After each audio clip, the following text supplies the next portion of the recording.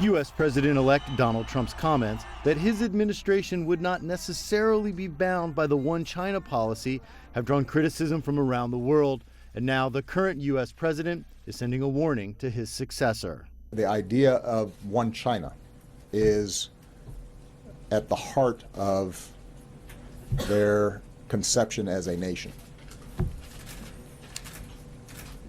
And so if you are going to upend this understanding, you have to have thought through what the consequences are, because the Chinese will not treat that the way they'll treat some other issues.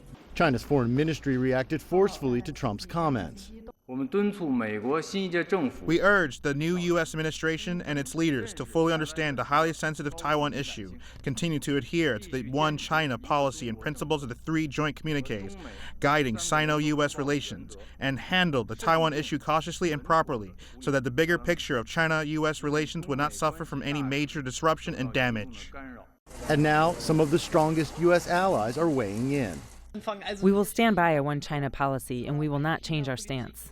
You don't talk to a partner like that, because China is a big partner. When China feels question on its unity, that's not exactly very clever.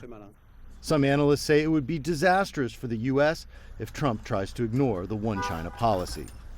Abandoning the one China principle would affect the U.S.'s entire relations with China. The interests of the U.S. in its relations with China by far outweigh those it has in its relations with Taiwan. President Obama says the United States and China can disagree over issues in a constructive way, but that respecting the one China policy is vital for the future of U.S. relations with China. This goes to the core of how they see themselves, and their reaction on this issue could end up being very significant. That doesn't mean that you have to adhere to everything that's been done in the past. It does mean that you got to think it through and have planned for potential reactions that they may engage in. Jim Spellman, Washington.